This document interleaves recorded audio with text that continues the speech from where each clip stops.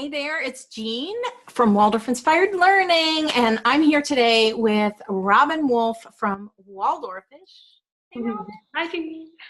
And Robyn and I had the opportunity to meet each other in person because we're kind of long distance friends, and we met each other in person in Atlanta at the Waldorf Homeschooling Conference in March. And we've been having really great conversations and thought, well, hey, let's hop on and have a conversation about planning and record it. We both have, I think, a really practical approach. Yeah, for sure. We're both very pragmatic. Yeah, very pragmatic, and a love for Waldorf and Waldorf homeschooling. So here we are. And so I'm just going to give a little outline of how this conversation is going to go, and then we're going to have some back and forth. Awesome. So first we're each just going to introduce ourselves, then talk about a couple of mistaken ideas that we've had, and we see a lot of homeschooling parents have them too, just mistaken ideas about planning in particular, but also about the Waldorf approach. And then talk about why planning is important and how we go about it in a way that keeps it simple, helpful, doable, all those things. So I'm going to let Robyn go first with introductions. And okay. Yeah. Thank you. So I'm Robyn Wolf. My husband Brian and I are the humans behind Waldorfish, and my temperament is such that I don't ever take a straight path anywhere. So my arrival at Waldorf education and homeschooling in particular has been a little bit like this, as opposed to straight there. After college, I was a park ranger for a few years. I studied environmental education, outdoor education, that kind of stuff. And so after I graduated, I went into being a park ranger, but I ended up being the education specialist. Uh-huh. And so I was Ranger Robyn, and I went into classrooms, and I did sort of like pre-field trip visits with the students, and then they would come out to the park a week or so later, and we would do activities and different things out at the park. And I loved that. And I'd never really thought about becoming a teacher until that point. So while I was a park ranger, I started working on my master's degree, and I was studying education again, but curriculum and instruction and sort of comparative education. And that's when I first heard about Waldorf education, because we were sort of comparing different pedagogies. So Waldorf came up, and it must have like planted itself in the back of my mind. I didn't have kids at the time, but I finished my master's program, and then I got a job teaching down in San Diego. And I was there for a few years. Off the top of my head, I can't remember exactly how many years, but by the time I finished teaching, it was a public school. I had decided that my future children that I wanted to have were never going to set foot in a school environment. I just felt so disillusioned. I felt like it was not ever going to be possible to meet the needs of every child in the classroom, and I didn't want to subject my own children to that. So fast forward many years, I'm now living up in the Sacramento Valley area, and I realized that Rudolph Steiner College was up here, and that at the time they were still doing teacher training. And in the course of like a few weeks, it sort of reawakened that Waldorf seed that had been planted in my brain during my master's program. And so I went and I explored the teacher training program and ultimately decided to sign up for it. And so at this point I had two children. They were very young. And so what that meant is that they needed to go to school so that I could go to school, right? Yeah. So they were enrolled in one of the local Waldorf schools. This area is like a hub. There's probably 5 or 6 different Waldorf schools. up here. So they went to one of the local schools while I was doing my teacher training. And then after my teacher training, I got a job locally at a Waldorf school. That's actually where Brian and I met, because he was teaching at the time at that school. And after a few years of teaching there, I started to feel the same way. I just started to feel like a class teacher can't really hope for more than to meet the needs of the collective group, but super, super, super hard to try to meet the needs of each individual student. Right. Wow. And I just felt like there's no way that my children's teachers were going to be able to do that for them either. And it really bothered me that I was spending more time with other people's children than my own children. And so, you know, lots of other threads are woven in there, but ultimately, I stepped away from class teaching to homeschool the kids. And then a couple of years later, Brian also stepped out, and now Waldorfish, amazingly, you know, keeps us supported so that we can both be here and doing that. So that's my like circuitous route. Right. It's so much fun because we have not shared these stories with each other before, and we have these points of intersection that I think are really interesting. Cool. Yeah. So, I got a master's in teaching, and I thought, and was a public classroom teacher, high school English. Oh yeah. Before kids, right? Yeah. And in my master's program, Waldorf was not mentioned. Oh. There was no mention. Didn't exist. Of Waldorf. And so, but I became very disillusioned rather quickly because the spark just seemed to be gone. So these teenagers just didn't seem to have curiosity or, you know, and it was very discouraging to me. And had a very similar kind of aha about how difficult it is for a teacher to look beyond just this group, right? Yeah. But I thought, oh, well, I'll just go back to the beginning. Like somewhere along the path in a child's development, the spark is lost. Where, you know? So yeah. I went back and with my master's degree, started working in a Montessori 3 to 6 year old classroom. Yes, because that was the sort of most alternative that I knew of. I had never, at that point, still never heard of Waldorf. So anyway, then children came along, and I kept cutting back my hours, and but I still thought that our kids would go to the local public school, and I would teach, and we'd all have the summers off, and that would be our life, right? I'd walk them to the neighborhood school, and you know, we'd be a little suburban family, and it didn't work that way, mostly, and for a lot of threads and reasons like you described too, but mostly because our oldest is a very different learner, and he was super active, and I had 2 boys 16 months apart. Oh, wow. And very busy, we're a very outdoorsy family, and I just couldn't, I knew in my mind it was not going to work to put them in a group classroom setting in a building. With walls. Yeah.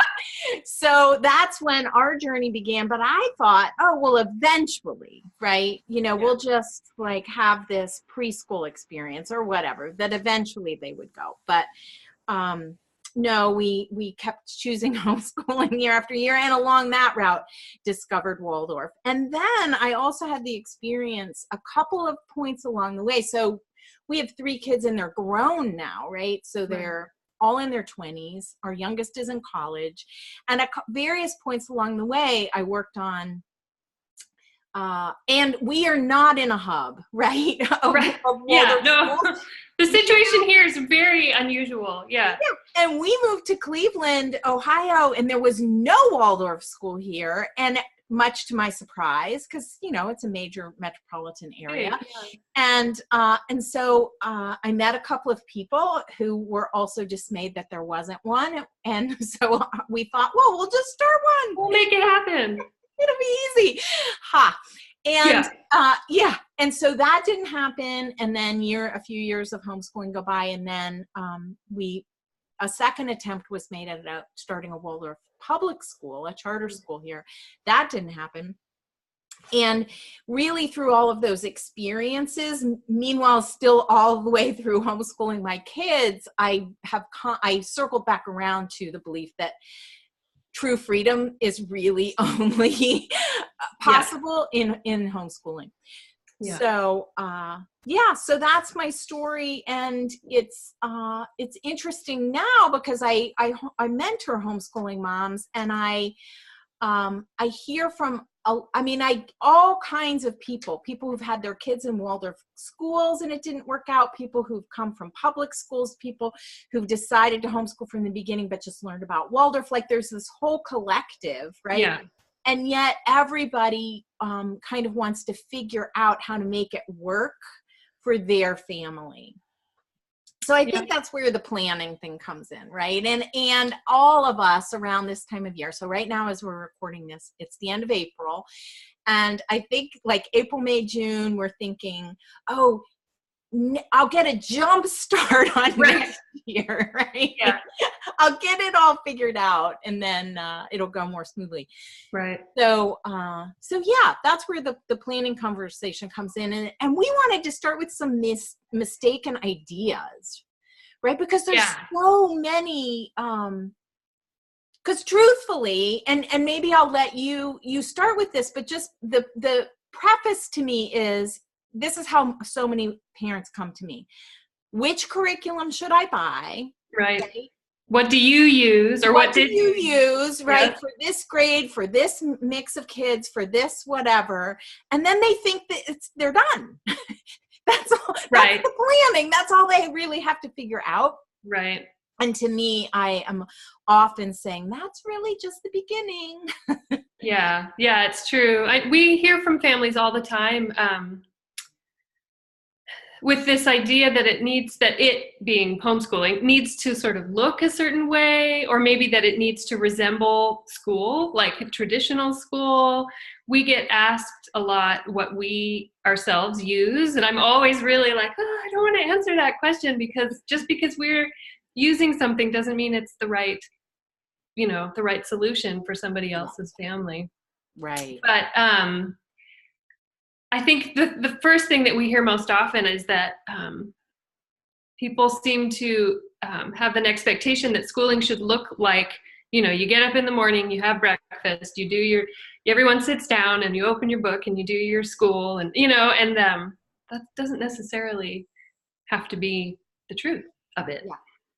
Yeah, and it's so interesting to me that people, I did this too, but I think we're at a really wonderful point in the Waldorf movement. We're in, it's the 100th anniversary, right? And actually this month, this was the month of April, when Steiner gathered with this group of, progressive thinkers in Europe to start talking about opening a school in the fall. And it's an exciting time to me because there's finally been sort of this crack in the veneer, right? Where we can say out loud without being embarrassed.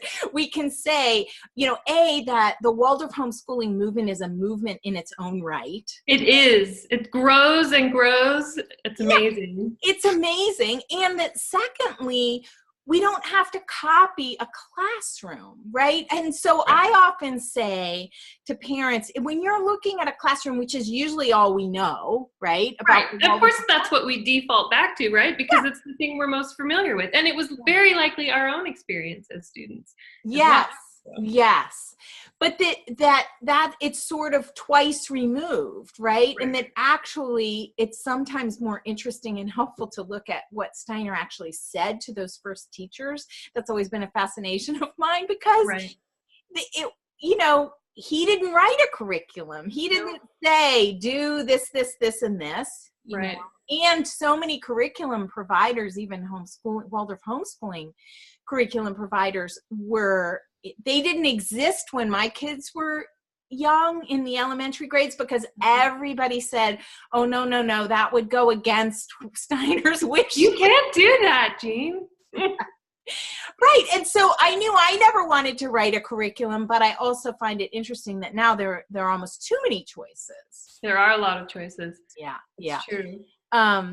Yeah. So I think it's a great point, Robyn, that we need to find what works best for us. Yeah. Right. And this idea of, we'll link to this article, one of my favorite articles that Robyn wrote with Christina Havel. Yeah. Yes. About curriculum versus pedagogy and the idea that Waldorf isn't actually a curriculum per se. It's pedagogy. It's I always think of pedagogy or pedagogy, depending on how you say it. I always think of that as the how, like how to go about doing this education thing. And then the curriculum is what specifically are you going to teach? And Steiner never wrote the what, he wrote the how.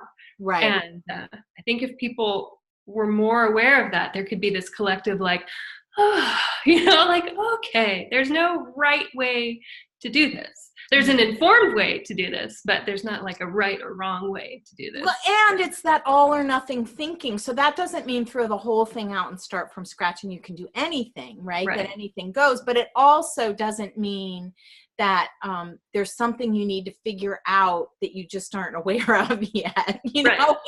So he has the list of stories actually per grade that I think are very helpful. And he has this idea that we're weaving all the arts in, which obviously Waldorfish and Waldorf-Inspired Learning were very committed to.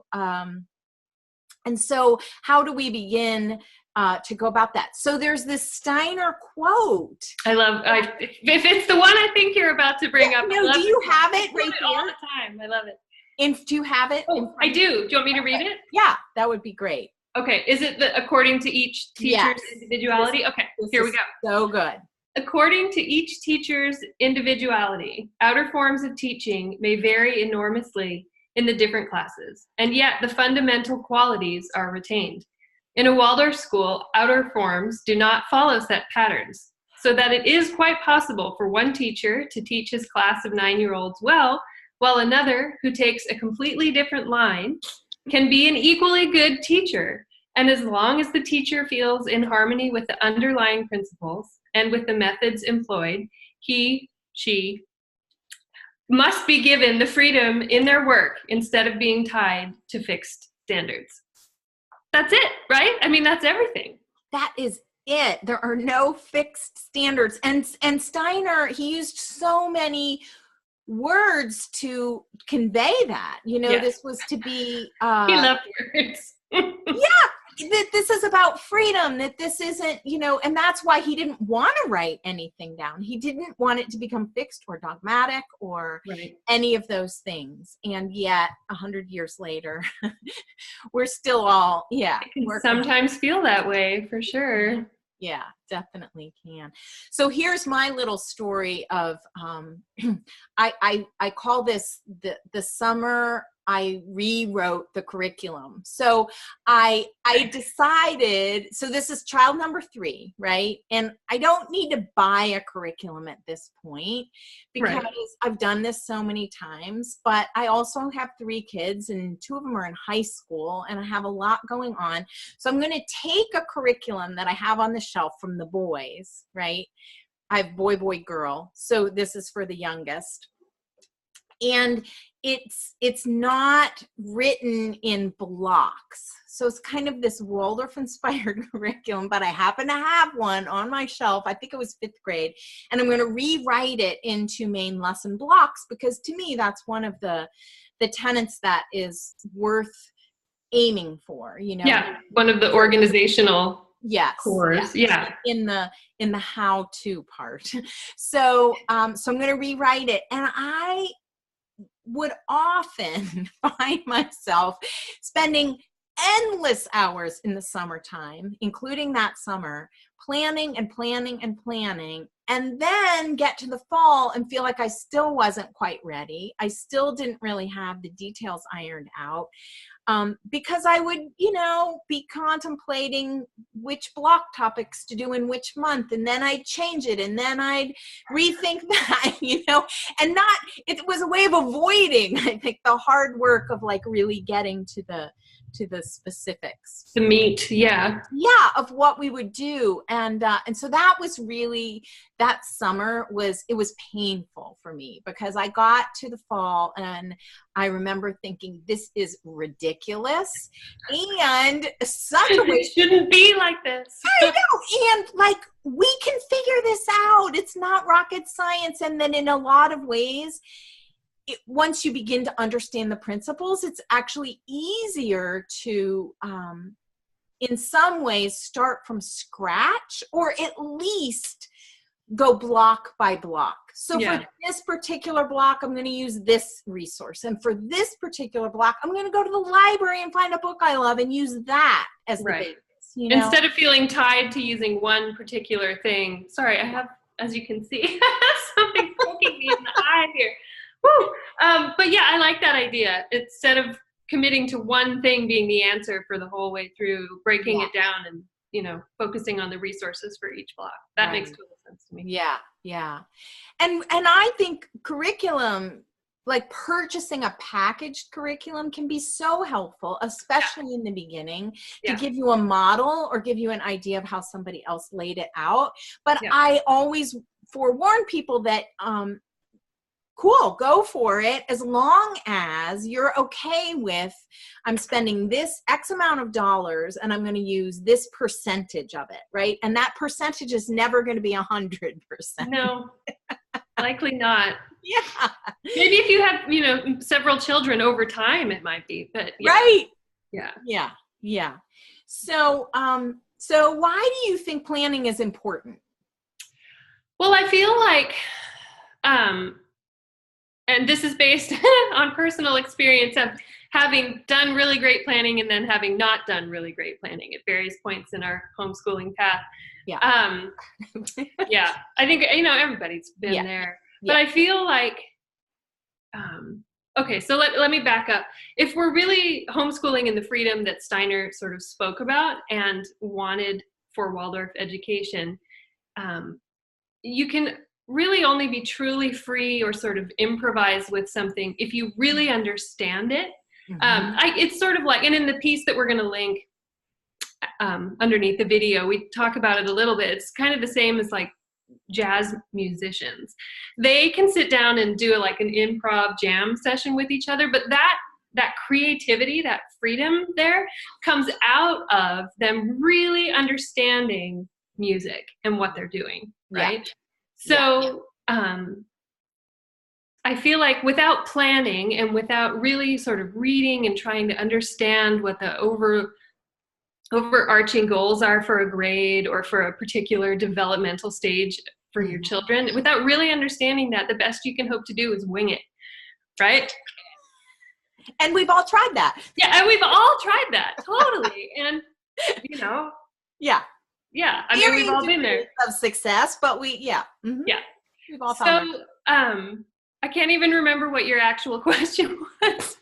Well, just about why planning is important, and right. what it can look like in a way that is helpful. Yeah. So I think that planning enables us to have that foundational understanding of what am I trying to achieve in this block or for this year or at this particular point in my child's development. And then what can I do to bring about that feeling in them or bring about that learning in them? And if you really understand the foundation and the base of what you're aiming for, then you can improvise and you can innovate. And you and I have talked about this quite a bit, like this idea of responsible innovation can only be responsible if you understand what the foundational goals are.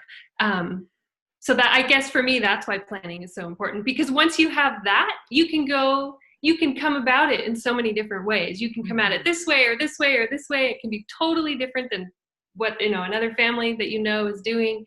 But as long as you have that foundation of why, then it's beautiful. Yeah, So, yeah.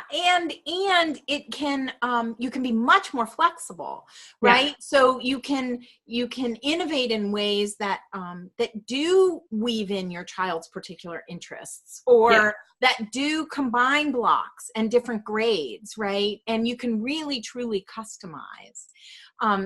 That's really why, so this is a shameless plug, but that's really why I wrote you go, Jean. the toolkit, my Waldorf Homeschooling Simplified, because I wanted people to have that primer, the basics of the principles of the approach, and then here's what you can build upon once you have this.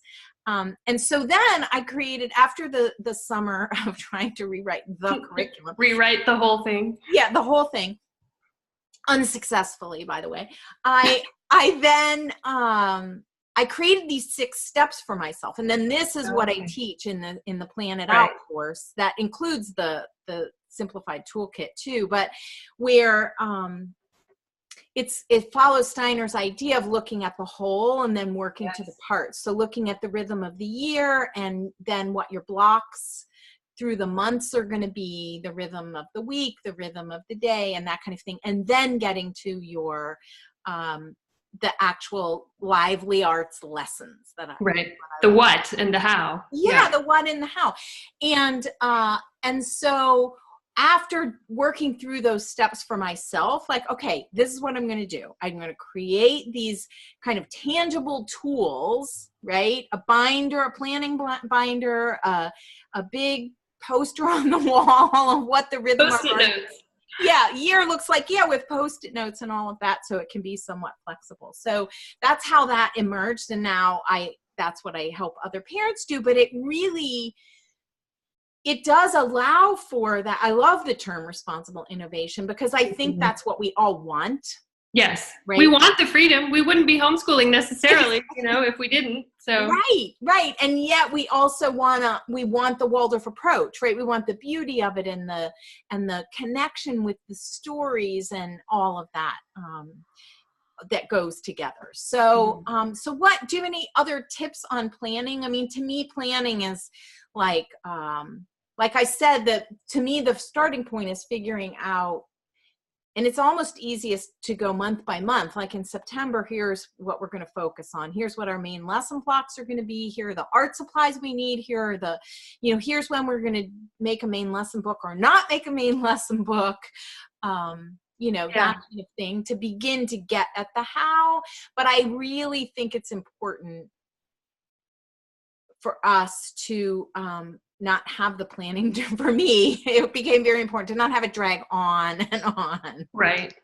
Well, and I think you're always in danger too of like planning too much, and then realizing halfway through the year that, wow, I spent a lot of time planning that I didn't need to, because we haven't done, like our children are naturally going to guide us, right? That's the whole point. The children are the curriculum, right? So I feel like planning just enough, and that idea of planning just enough, I think that is different for every homeschool teacher, you know what I mean? And every child.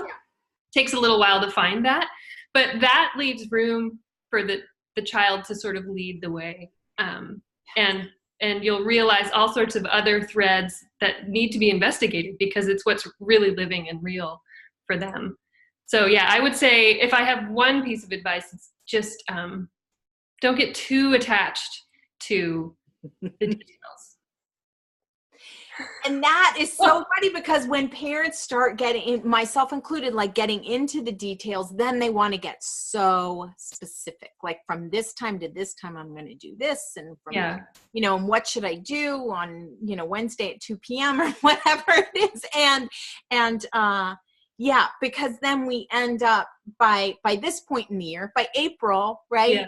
How much of your plan looks like what you thought it would look like last summer. So, and I think it's really good to remember, so this sort of circles back to that idea of homeschooling is really the only true place of freedom. And that's what this method is all about.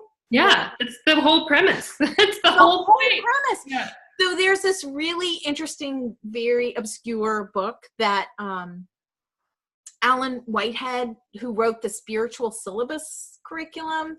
The curriculum's way too esoteric and I know it. I am not familiar with it. But he also wrote a book called A Steiner Homeschool ? What? It's one of his little, I don't know that one. Interesting. And he talks about Waldorf homeschooling being the best of the best, because he says the Waldorf approach is obviously the best the best approach to learning, and homeschooling is the best setting because that's where we can provide the most freedom, really, that where we have the most freedom. And so I just in wrapping up, and I'd love any concluding remarks from you, Robyn, but to me, that idea that Steiner talked about, like, look at the children before you. Absolutely. Like, they're the curriculum. Look at the children before you, bring them what they need. We can best do that in a homeschool setting. Yeah, I agree. And I mean, we have many, many friends and colleagues in this area that are part of Waldorf schools. We're still involved with a few of the schools. And I think that there's space for all of it, and there's a need for all of it. And I especially love working with and talking to the Waldorf schools around here that are making an effort to find ways to include homeschooling families as part of their community. It lights me up. I get so excited. Because I think there's so much potential there for schools that are sort of already this established community. They have this foundation, ways for them to support the work and encourage the work of homeschooling families. If that's, intentionally inviting families to be part of the festival life of the school. That's just one example, but there's a lot of other different things going on. So that kind of collaboration makes me really, really happy. Definitely. Yeah, me too. And that sense of community, I think, is really important. I mean, we now have possibilities for that online, and yet, in real life, human to human is really the best place for that. Sure. And I think, the last thing I want to say is just this idea, the love that I have discovered in like 25 plus years of homeschooling is that we can have chunks of the day that are more structured and bring these Waldorf ideas. And then we can have chunks of the day where our kids are mucking around in the dirt, and climbing trees or really diving into some interest of theirs that they feel like, they could go on and on and on exploring. And to me, that's a wonderful combination. Yeah, I agree. Definitely. Yeah. I love talking with you, Jean. I love talking with you. I always feel like renewed and excited. It's great. Yeah, it's so great. Yeah, it's really great. And it's fun to make these connections within the Waldorf movement too, where we're coming from a similar place and we can really support each other and feel like we're really supporting homeschooling families in a way that's authentic and helpful. Yeah. So, definitely. This is great. Thanks so much for this conversation. And we'll put some links below this video. Robyn and I are both going to share this out with all of our people. And we'll put some links to some resources from both sides in the notes below. So awesome. Thanks, Robyn. Thank you, Jean. Yeah, thanks everybody for watching, and we'll see you next time. Bye for now. Bye.